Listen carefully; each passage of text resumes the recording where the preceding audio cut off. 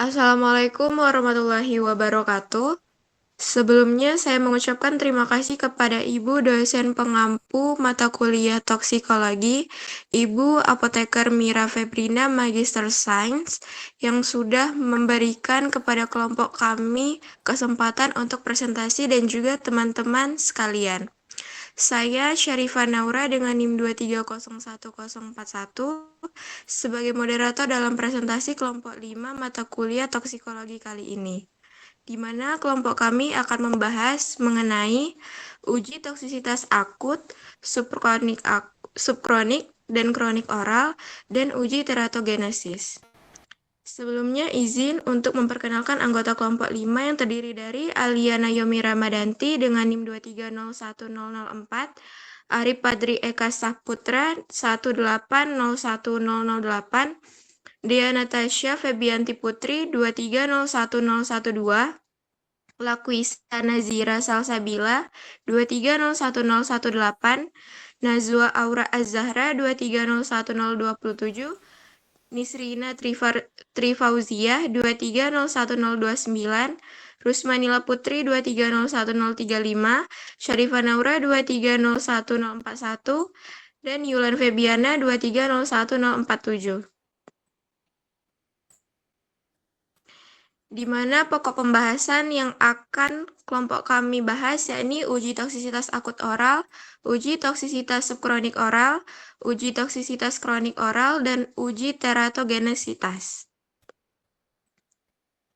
Uji toksisitas merupakan uji yang dilakukan pada hewan uji dengan tujuan mendeteksi efek toksik dan untuk mendapatkan data respons dosis tipikal dari produk uji.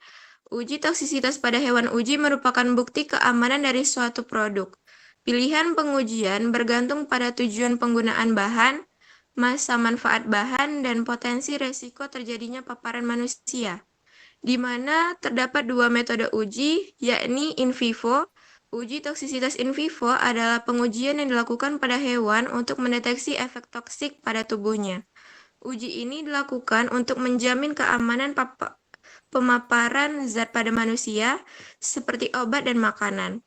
Lalu yang kedua, in vitro. Uji toksisitas in vitro adalah pengujian toksisitas bahan uji di luar tubuh makhluk hidup seperti kultur bakteri, sel terisolasi atau organ terisolasi.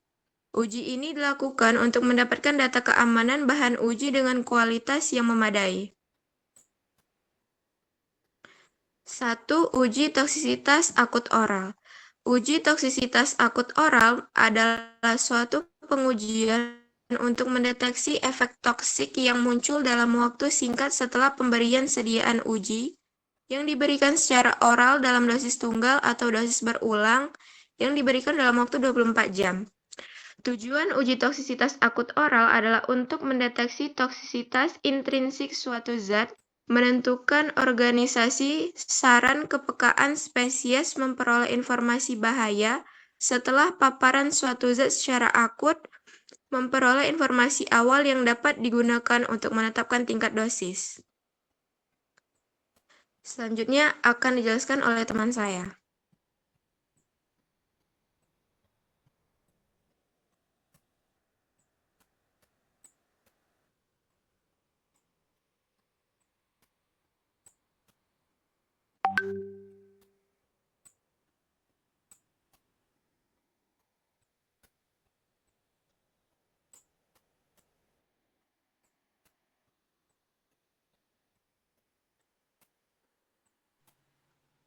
Baiklah, selanjutnya kita akan masuk ke pemilihan hewan uji.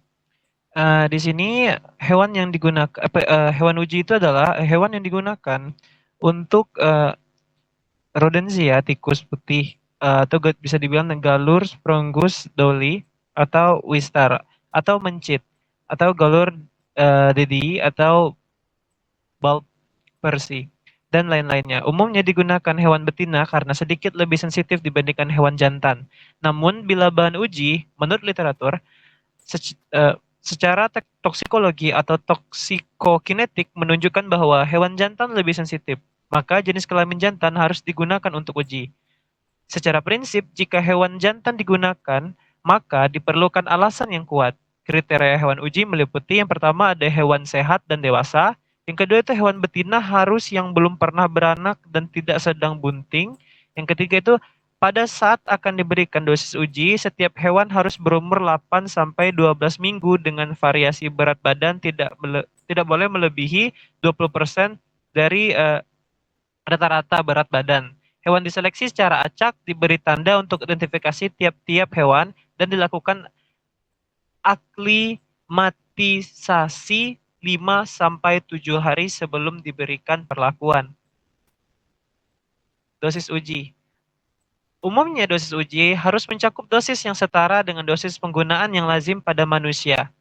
Dosis lain meliputi dosis dengan faktor perkalian tetap yang mencakup dosis yang setara dengan dosis penggunaan lazim pada manusia sampai mencapai dosis yang dipersyaratkan untuk tujuan pengujian, atau sampai batas dosis tertinggi yang masih dapat diberikan pada hewan uji, sesuai kemampuan lambung hewan uji yang digunakan.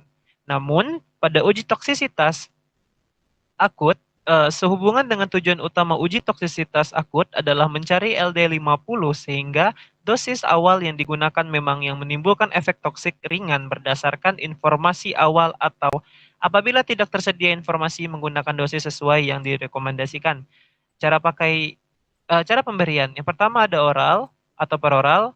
Sediaan diberikan langsung melalui mulut hewan uji menggunakan alat khusus seperti menggunakan sonde oral atau tabung fleksibel yang dihubungkan dengan jarum suntik. Yang kedua itu ada cairan atau suspensi yang homogen diperlukan untuk memastikan pemberian dosis yang akurat. Yang lalu itu volume pemberian biasanya tidak melebihi uh, tidak tidak melebihi 1 ml per 100 gram berat badan hewan untuk menghindari aspirasi atau overditensi lambung. Tahapan uji. Nah, pemilihan hewan uji pertama itu. Hewan uji yang biasa digunakan adalah tikus atau mencit dengan umur, jenis kelamin, dan berat badan yang seragam. Yang kedua itu penentuan dosis. Dosis yang diberikan dihitung berdasarkan perhitungan awal atau estimasi dosis dari studi sebelumnya. Yang ketiga pemberian dosis. Zat uji diberikan secara oral melalui gavage atau campuran dalam makanan atau minuman dalam dosis tunggal. Yang keempat ada observasi klinis. Nah, observasi klinis ini hewan diamati selama 14 hari setelah pemberian dosis untuk gejala toksisitas, kematian, perubahan perilaku, gejala fisik, dan lain-lain. Yang kelima ada penilaian dan perhitungan LD50. LD50 dihitung untuk menentukan dosis yang menyebabkan kematian pada 50% hewan uji. Lalu ada nekropsi. Nekropsi ini dilakukan untuk memeriksa perubahan pada organ dan jaringan hewan, baik yang mati maupun yang bertahan hidup.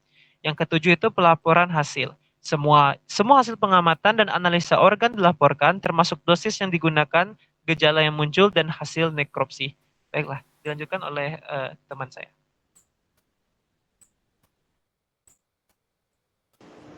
Selanjutnya ada pengamatan dan penilaian atau analisis data dari uji toksisitas akut oral. Pada pengamatan dilakukan selama 24 sampai 48 jam pertama setelah pemberian, lalu dilanjutkan hingga 14 hari. Yang pertama ada tanda klinis, perubahan perilaku, aktivitas motorik, pernapasan, tanda neurologis atau gejala toksik seperti muntah atau diare. Pengamatan yang kedua ada mortalitas, dicatat waktu dan jumlah hewan yang mati pada setiap kelompok dosis. Selanjutnya ada berat badan, diukur secara berkala untuk melihat penurunan atau kenaikan berat badan. Selanjutnya ada pemeriksaan pasca uji. Nekroski makroskopis dilakukan pada hewan yang mati atau di eutanasia untuk memeriksa organ-organ utama seperti hati, ginjal, dan paru-paru. Yang kedua ada analisis jaringan. Jika diperlukan, dilakukan pemeriksaan histopatologi untuk melihat kerusakan mikroskopis. Selanjutnya ada analisis data. Data mortalitas dan efek toksik dianalisis untuk menentukan yang pertama ada LD50 atau lethal dose 50%, yaitu dosis yang menyebabkan kematian pada 50% populasi hewan uji. Yang kedua ada LOAL, Lowest Observed Adverse Effect Level, yaitu dosis terendah yang menunjukkan efek toksik. Yang ketiga ada NOAEL, yaitu No Observed Adverse Effect Level, yaitu dosis tertinggi tanpa efek toksik. Yang kedua ada uji toksisitas subkronik oral. Uji toksisitas subkronis oral merupakan salah satu uji toksisitas yang bertujuan untuk mendeteksi efek toksik yang dapat terjadi akibat pemberian sedia uji yang berulang-ulang kali dengan beberapa tingkatan dosis yang berbeda secara oral pada hewan uji selama sebagian dari umur hewan uji tersebut, tetapi tidak lebih dari 10% umur hewan. Tujuan uji toksisitas subkronik oral adalah untuk memperoleh informasi adanya efek toksik zat yang tidak terdeteksi pada uji toksisitas akut. Informasi kemungkinan adanya efek toksik setelah paparan kesediaan uji secara berulang dalam jangka waktu tertentu. Informasi dosis yang tidak menimbulkan efek toksik dan mempelajari adanya efek kumulatif dan efek reversibel zat tersebut. Selanjutnya ada pemilihan hewan uji pada uji toksisitas subkronik oral. Hewan uji yang disarankan adalah rodensia tikus putih atau Galur sprague-dawley atau Wistar. Atau dapat menggunakan hewan rodensia lain dengan disertai justifikasi. Kriteria hewan uji meliputi yang pertama ada sehat, terus umur 6-8 minggu. Untuk hewan betina harus belum pernah beranak dan tidak sedang bunting. Sebelum percobaan dimulai, hewan diaklimatasi di ruang percobaan selama 5-7 hari. Selanjutnya, hewan uji dikelompokkan secara acak sedemikian rupa sehingga penyebaran berat badan merata untuk semua kelompok dengan variasi berat badan tidak lebih dari 20% dari rata-rata berat badan. Baiklah, selanjutnya dilanjutkan oleh rekan saya. Baiklah, selanjutnya dosis uji. Sekurang-kurangnya digunakan 3 kelompok dosis yang berbeda, 1 kelompok kontrol dan 2 kelompok satelit atau kelompok dosis tinggi dan kelompok kontrol, serta bila diperlukan ditambahkan kelompok interim pada kontrol dan semua dosis. Kelompok interim diperlukan misalnya untuk mengontrol apabila terjadi toksisitas pada waktu interim. Dosis sediaan uji yang paling tinggi harus menimbulkan efek toksik tetapi tidak menimbulkan kematian atau gejala toksisitas yang berat. Dosis mencegah menimbulkan gejala toksik yang lebih ringan, sedangkan dosis yang paling rendah tidak menimbulkan gejala toksik. Selanjutnya cara pemberian. Pada dasarnya cara pemberian sediaan uji harus disesuaikan dengan cara pemberian atau paparan yang diterapkan pada manusia. Biasanya diberikan secara oral dengan volume pemberian 1 mili sediaan uji per 100 gram berat badan hewan. Tetapi dalam kondisi tertentu, volume pemberian dapat sampai 2 mili sediaan uji per 100 gram berat badan hewan apabila digunakan pembawa air. Selanjutnya sediaan uji diberikan setiap hari 7 hari dalam 1 minggu selama 14 hari. Hal ini dilakukan dengan mempertimbangkan bahwa terdapat organ yang regenerasinya cepat dan dalam rangka mempertahankan konsentrasi sediaan uji dalam tubuh tetap atau steady state sehingga efek toksik bisa diamati. Selanjutnya ada tahapan uji. Yang pertama yaitu persiapan, yaitu dengan memilih spesies dan jumlah hewan percobaan, serta tentukan dosis dan cara pemberian sediaan uji. Yang kedua, pemberian dosis. Dengan berikan sediaan uji secara oral dengan dosis berulang setiap hari selama 14, 12, atau 90 hari. Yang ketiga ada pengamatan harian, yaitu amati hewan untuk mendeteksi tanda-tanda toksisitas. Yang keempat ada kelompok satelit. Tambahkan kelompok satelit untuk mengevaluasi efek tertunda atau reversibilitas. Dan yang kelima, otopsi. Setelah periode pengujian, semua hewan yang masih hidup diotopsi untuk analisis makropatologi dan histopatologi. Yang terakhir yaitu pemeriksaan tambahan. Lakukan pemeriksaan hematologi dan biokimia klinis untuk informasi lebih lanjut mengenai efek toksik. Selanjutnya pengamatan, penilaian atau analisis data. Pengamatan dan pemantauan dilakukan secara berkala untuk mencatat respon toksik hewan uji meliputi yang pertama itu parameter klinis dengan tanda-tanda fisik yaitu perubahan perilaku, bulu rontok, lesu, tremor atau diare. Selanjutnya ada perubahan berat badan diukur setiap minggu untuk melihat efek toksisitas yaitu pada metabolisme. Yang ketiga konsumsi makanan dan air yaitu dicatat secara teratur. Selanjutnya pemeriksaan pasca uji. Setelah periode uji selesai atau jika hewan mati, dilakukan pemeriksaan lebih lanjut. Yang pertama itu nekropsi makroskopis. Dengan pemeriksaan visual organ-organ utama seperti hati, ginjal, jantung, paru-paru, limpa, lambung, dan usus untuk mendeteksi kelainan. Yang kedua, histopatologi, pengambilan jaringan organ untuk mikroskopis guna mengidentifikasi perubahan struktur seluler yang disebabkan oleh senyawa uji. Yang ketiga yaitu berat organ. Penimbangan organ untuk mendeteksi hipertrofi atau atrofi. Baiklah, selanjutnya akan dilanjutkan oleh rekan saya. Baik, selanjutnya adalah analisis data. Data dianalisis untuk menilai tingkat toksisitas yang mengidentifikasi dosis aman. Ada beberapa parameter. Yang pertama, parameter utama ada NOAEL, no observed adverse effect level, dosis tertinggi tanpa efek toksik, dan yang kedua ada LOAEL, lowest observed adverse effect level, dosis terendah dengan efek toksik. Selanjutnya ada analisis statistik. Uji statistik digunakan untuk membandingkan kelompok perlakuan dan kontrol, misalnya ANOVA dan t-test.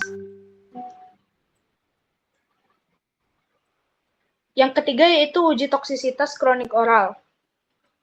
Uji toksisitas kronis oral adalah suatu pengujian untuk mendeteksi efek toksik yang muncul setelah pemberian sediaan uji secara berulang selama sebagian besar 17 umur hewan uji.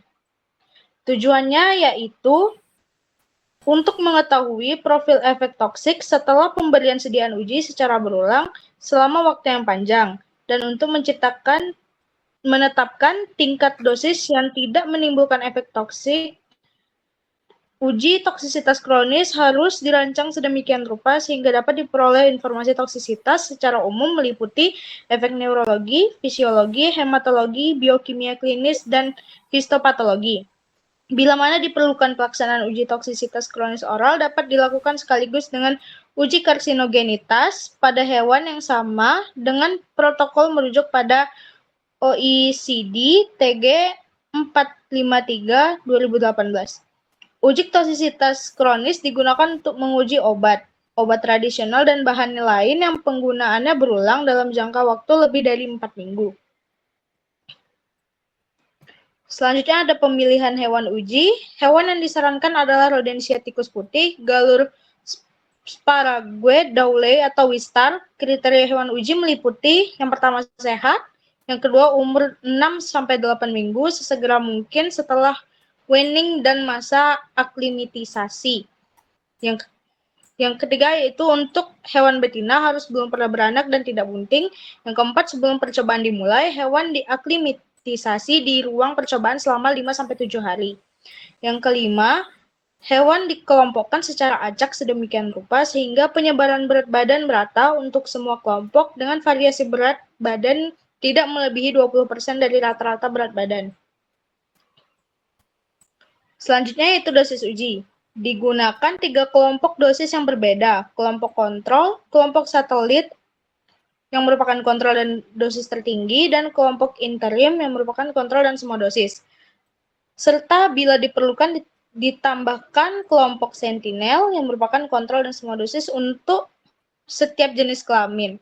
Kelompok interim diperlukan misalnya untuk mengontrol apabila terjadi toksisitas pada waktu interim. Sedangkan kelompok sentinel jika perlu dapat ditambahkan untuk memantau status penyakit.